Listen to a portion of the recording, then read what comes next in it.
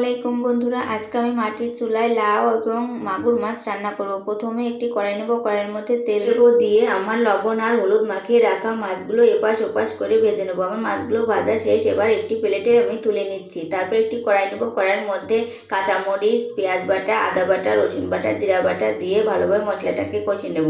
তারপর এর মধ্যে লবণ হলুদ দিয়ে মশলাটাকে আমি কষিয়ে নিচ্ছি।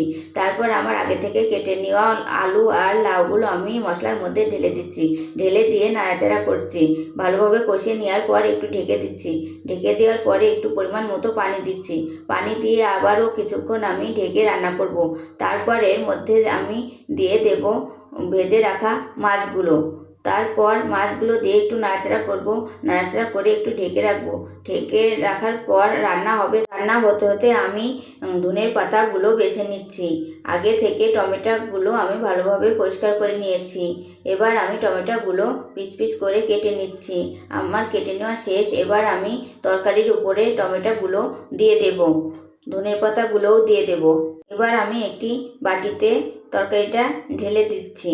এবার আমার মাগুর মাছের লাউ দিয়ে তরকারি রান্না রেডি।